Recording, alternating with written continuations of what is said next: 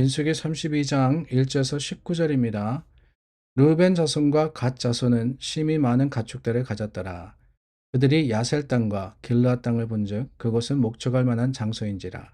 갓 자손과 르우벤 자손이 와서 모세와 제사장 엘르아살과 회중 지휘관들에게 말하여 이르되 아다롯과 디본과 야셀과 니무라와 헤스본과 엘르알레와 스반과 느보와 부온 곧 여호와께서 이스라엘 회중 앞에서 쳐서 멸하신 땅은 목축할 만한 장소요 당신의 종들에게는 가축이 있나이다. 또 이르되 우리가 만일 당신에게 은혜를 입었으면 이 땅을 당신의 종들에게 그들의 소유로 주시고 우리에게 요단강을 건너지 않게 하소서. 모세가 갓 자손과 루벤 자손에게 이르되 너희 형제들은 싸우러 가거늘 너희는 여기 앉아 있고자 하느냐. 너희가 어찌하여 이스라엘 자손에게 낙심하게 하여서 여호와께서 그들에게 주신 땅으로 건너갈 수 없게 하려 하느냐. 너희 조상들도 내가 가데스 바네아에서 그 땅을 보라고 보냈을 때 그리하였었나니 그들이 에스골 골짜기에 올라가서 그 땅을 보고 이스라엘 자손을 낙심하게 하여서 여호와께서 그들에게 주신 땅으로 갈 수 없게 하였었느니라. 그때 여호와께서 진노하사 맹세하여 이르시되 애굽으로 나온 자들이 20세 이상으로는 한 사람도 내가 아브라함과 이삭과 야곱에게 맹세한 땅을 결코 보지 못하리니 이는 그들이 나를 온전히 따르지 아니하였음이니라. 그러나 그나스 사람 여분네 아들 갈렙과 눈의 아들 여호수아는 여호와를 온전히 따랐느니라 하시고 여호와께서 이스라엘에게 진노하사 그들에게 40년 동안 광야에 방황하게 하셨으므로 여호와의 목전에 악을 행한 그 세대가 마침내는 다 끊어졌느니라. 보라, 너희는 너희의 조상의 대를 이어 일어난 죄인의 무리로서 이스라엘을 향하신 여호와의 노를 더욱 심하게 하는도다. 너희가 만일 돌이켜 여호와를 떠나면 여호와께서 다시 이 백성을 광야에 버리시리니 그리하면 너희가 이 모든 백성을 멸망시키리라. 그들이 모세에게 가까이 나와 이르되 우리가 이곳에 우리 가축을 위하여 우리를 짓고 우리 어린아이들을 위하여 성읍을 건축하고 이 땅에 원주민이 있으므로 우리 어린아이들을 그 견고한 성읍에 거주하게 한 후에 우리는 무장하고 이스라엘 자손을 그곳으로 인도하기까지 그들의 앞에서 가고 이스라엘 자손이 각기 기업을 받기까지 우리 집으로 돌아오지 아니하겠사오며 우리는 요단 이쪽 곧 동쪽에서 기업을 받았사오니 그들과 함께 요단 저쪽에서는 기업을 받지 아니하겠나이다. 지난주에 우리가 나누었습니다. 하나님께서 약속한 땅, 그 가나안을 나누어서 각 지파들이 정착하라 그러셨는데 어떻게 나눌 거냐 다름이 아니라 그 지파별로 인구의 수에 따라서 땅을 나누고 또한 누가 어느 곳을 차지할 거냐, 누가 먼저 차지할 거냐라는 것을 제비 뽑아서 정하라 그렇게 하겠습니다.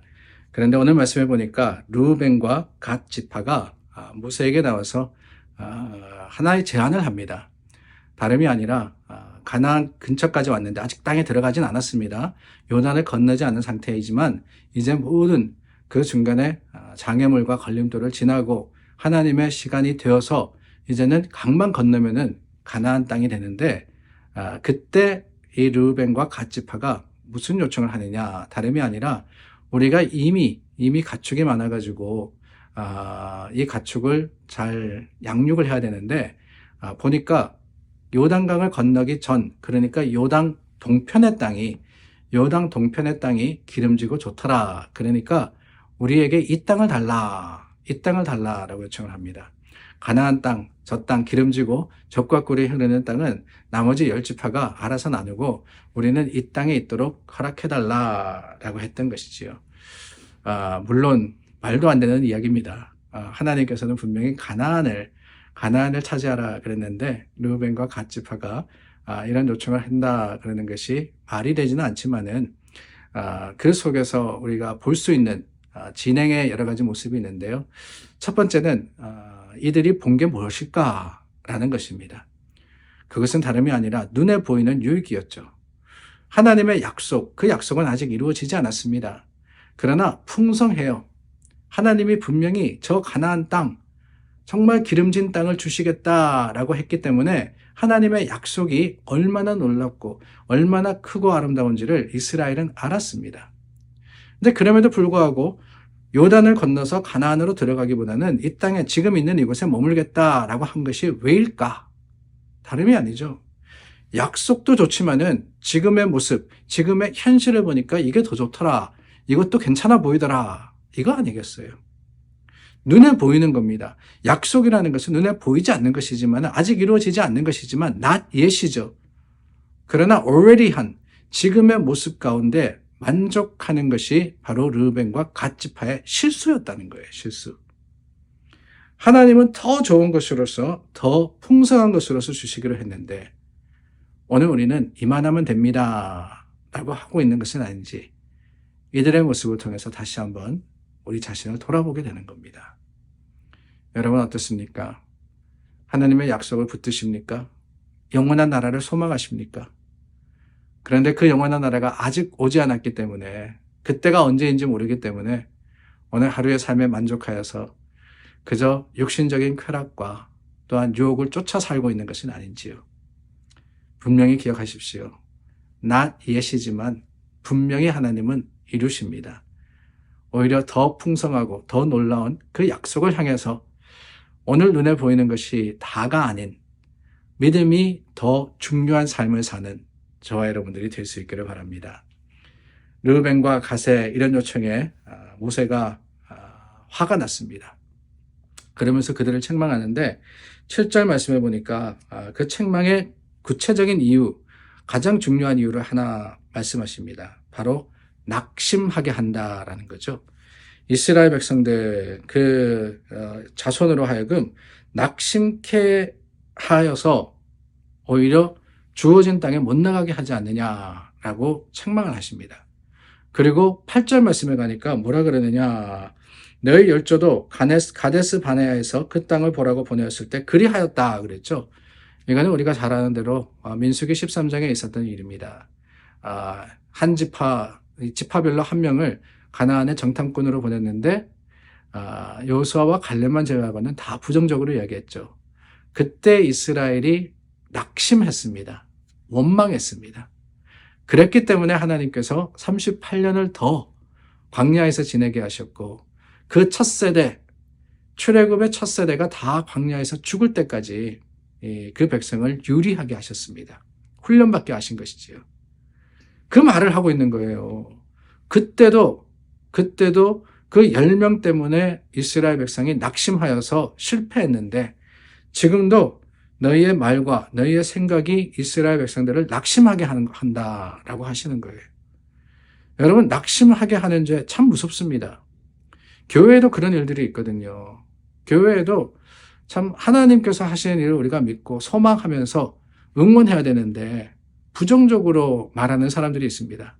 이건 안 돼. 할 수 없어. 이렇게 해서 되겠어. 그러다 보면은 여러분, 이 불평이라는 거, 그리고 낙심하게 하는 말이라는 것은 접근성이 대단해요. 금방 그 말을 들은 사람만이 아니라 그 옆에 있는 사람들, 모든 사람들이 다 실망하게 되는 힘과 능력을 가진 것이 불평이고 불만입니다. 불신이에요. 그렇기 때문에 모세는 엄하게 말씀하십니다. 너희가 낙심하게 한다. 너희 때문에 실패할 것이다 라고 말입니다. 감사한 것은 이 르우벤과 갓 지파가 돌이키죠. 그래서 16절 말씀서부터 보면은 어떤 약속을 하느냐, 우리가 앞장서서 저 가나안에 들어가서 전쟁하겠다. 우리가 저 땅을 다 차지할 때까지 이 땅을 가지지 않겠다라고 하죠.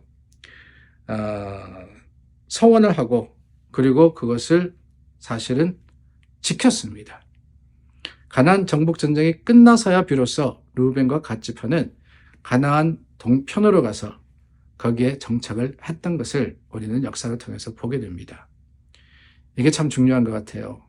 실수할 수 있습니다. 잘못할 수 있어요.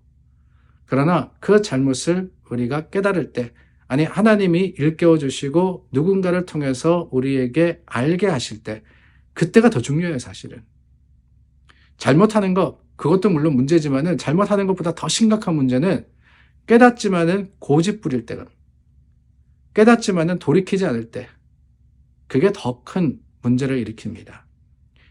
르우벤과 갓 지파, 물론 그들이 실수했지만, 실패했지만 오히려 돌이켰을 때 하나님께서 이 두 지파를 통해서 더 크고 놀라운 일을 이루셨음을 기억하며 오늘 우리도 이 말씀 속에 받은 교훈대로 행하는 믿음의 사람들이 될 수 있기를 바랍니다. 기도하겠습니다. 창조주신 하나님, 말씀을 통해서 하나님 말씀 깨닫습니다. 주님의 약속을 붙들고 우리가 끝까지 실망하지 않는 믿음의 사람들이 되게 하여 주시옵소서. 예수님 이름으로 기도드립니다. 아멘. 교회를 위해서 기도해 주시고 내일 예배를 위해서 기도해 주시고 벌써 5월도 중순이 넘어섰습니다. 여러분들께 기도 부탁드릴 때 하나님께서 더 큰 능력으로 우리 모두에게 더해 주시기를 구해서 우리가 함께 기도하겠습니다.